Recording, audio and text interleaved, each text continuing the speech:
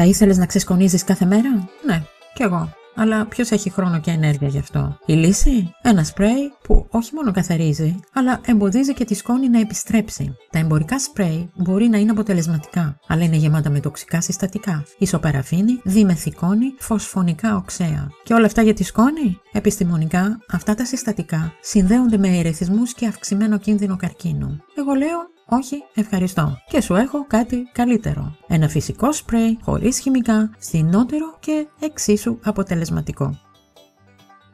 Είστε στο πολυθεματικό κανάλι Mea Culpa και πριν συνεχίσουμε θυμηθείτε να κάνετε εγγραφή όσοι δεν το έχετε ήδη κάνει, να μας δώσετε ένα like, να κοινοποιήσετε το βίντεο και να ενεργοποιήσετε το καμπανάκι για να ενημερώνεστε άμεσα για τα καινούρια βίντεο.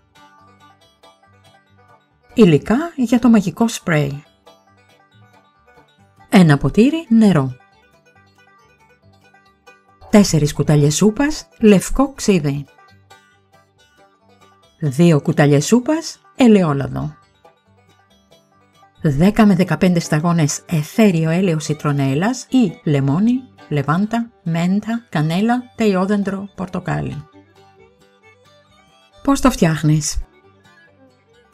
Ρίξε όλα τα υλικά σε ένα άδειο μπουκάλι σπρέι. Ανακοίνησε καλά πριν από κάθε χρήση. Ψέκασε την επιφάνεια ή ένα πανί μικροϊνών και μετά περνάς με το πανί για να μαζέψεις τη σκόνη. Γιατί δουλεύει τόσο καλά? Η σιτρονέλα είναι αντιβακτηριακή και εντομοαποθητική. Το ξύδι είναι πολύ καθαριστικό. Το ελαιόλαδο προστατεύει το ξύλο, αποθεί τη σκόνη και λειτουργεί αντιστατικά. Και το άρωμα θεϊκό.